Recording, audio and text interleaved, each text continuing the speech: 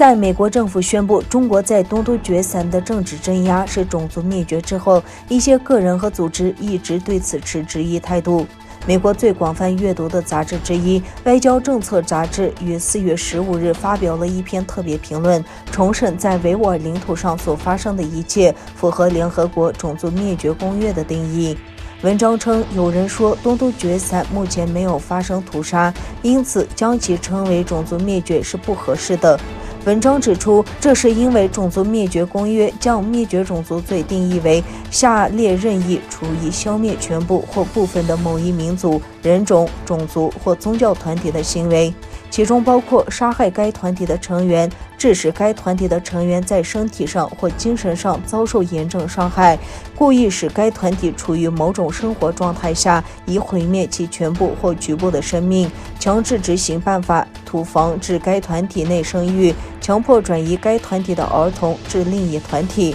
可以肯定地说，中国政府目前有意消除维吾尔人的语言、文化、生育力和生活方式。关键是中国政府故意消灭维吾尔人。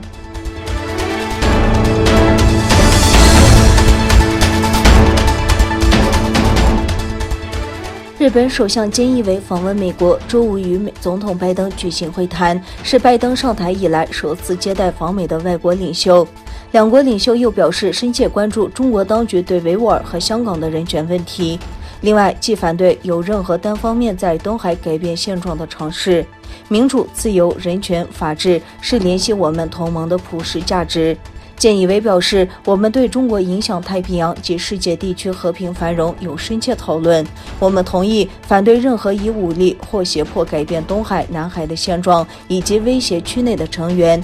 对此，中国外交部发言人赵立坚称，中方对日美发展正常双边关系没有意见，但这种关系应有助于增进地区国家互相理解与信任，有利于亚太和平与稳定，不应该针对第三方或损害第三方的利益。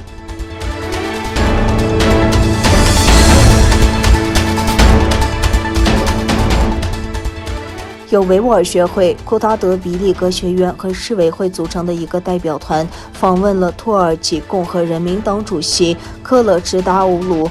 4月16日，由维吾尔学会执行主席克拉汉、库塔德比利格学院主席奈买提江博士和市委会秘书长埃尔肯·艾买提博士组成的代表团拜访了共和人民党党魁库勒支达欧鲁。双方就中国在东突厥散针对维吾尔人的文化同化和种族灭绝交换意见。维吾尔代表团表达了土耳其中国引渡条约给土耳其维吾尔社区带来的负面影响的关注。库勒支达欧鲁表示，他和共和人民党继续关注和支持维吾尔人的正义斗争。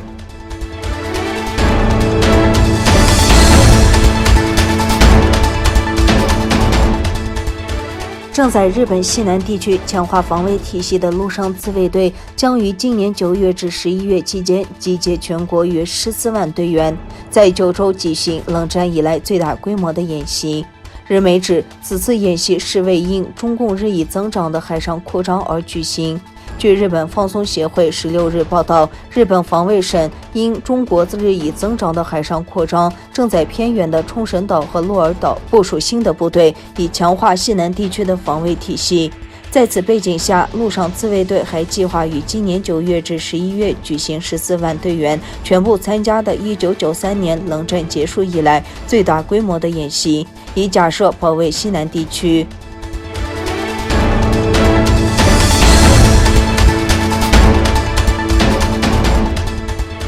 据俄罗斯卫星通讯社17日报道，当地时间16日，俄罗斯联邦安全局拘捕了乌克兰圣彼得堡领事亚历山大·索索努克。报道称，索索努克当天与一名俄罗斯公民交换秘密情报。俄罗斯联邦安全局发表声明称，他当时与一名俄罗斯人会面，他获得来自俄罗斯执法部门及 FSB 数据库性质属机密的资料。俄卫网在报道引述声明称，索索努克从事敌对活动，与他身为外交官的身份不符。